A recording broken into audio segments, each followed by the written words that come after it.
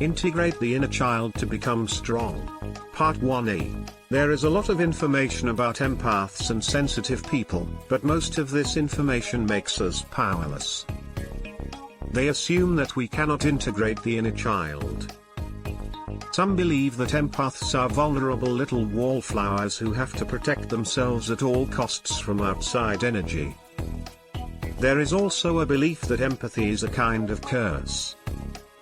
But you know what I think about all these beliefs about empathy? They are BS. The reason why is because, for many empaths, the cause lies in not integrating the inner child. Empaths are powerful creatures that can move the energy as no one can, but here's the kicker. They need to heal themselves before they can take complete control, and that's what I'm going to help you do in this article. So if you've fought like an empath, that battle ends today. I know how you feel, because we are both empathetic. I've spent years running away from social situations, or I'd pretend to go to the bathroom to get away from dense energies. Every day I connect with more and more empaths who are struggling in life because of their hypersensitivity. But what if I told you that your struggles as an empath have little to do with the energies around you? Would you believe me? I will help you better understand your empathic abilities to live a more fulfilling life, because behold, beautiful soul, empaths are not here to struggle, and we are not here to live secluded lives. Empaths are here to live. They are here to live joyful, fulfilling lives. I'm going to help you with that in this article. A while ago, I wrote an article about empathy. I talk about other topics related to empathy, so those are good articles to start with if you'd like.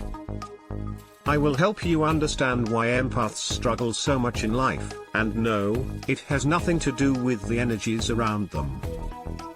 That is a common misconception. This common misconception is that empaths struggle in life because they are too sensitive to energy, so their power is the problem. But that's not true, and that's what I'm going to make you understand now. I also want to leave a side note at the beginning of this article to let you know that I will be using the term empath to include sensitive people, or what is known, empath equals HSP. Therefore, the content in this article pertains to both empaths and sensitive people, as the differences between them are not that great, and the content here is essential for both groups. Both groups also need to integrate their inner child. If you are an empathetic person but lack empathy, don't be confused by the terminology empath. I'm just going to use the word empath, but you know that I mean empathetic and susceptible people from now on. I'm going to focus on the top 4 reasons why empaths struggle so much in life. What's interesting about these 4 reasons why empaths struggle so much in life? What's interesting about these 4 reasons is that when you were a kid, these 4 reasons were protection mechanisms that your soul put in that place to help you. These 4 reasons that will ruin your life later are 4 defense mechanisms that helped you survive as a child. This case is an excellent example of how something can be your medicine at one stage of your life and turn into your poison later on. First, we'll discuss why empaths need these protective mechanisms as children. Why does your soul have these 4 defense mechanisms, and why are they deployed in childhood? Second, I'm going to discuss in detail what these 4 defense mechanisms are. This discussion will help you understand your life as a different level of an empath.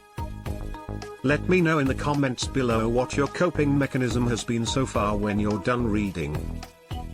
I love connecting with you down there, and the comments are also an excellent place for you to communicate with others in our community and feel heard and supported. Why do empaths need protective mechanisms as children? This explanation will increase your understanding of what it means to be empathetic, especially what happened to you as a child. We don't talk much about the issues empathy goes through as children. That's why I'm going to discuss this now. If you are soul before you incarnate, let's even look at this from a broader sense. Before you incarnate, your soul chooses your empathic ability. Your soul desires to incarnate with this power called empathy. But here's the thing about being empathetic.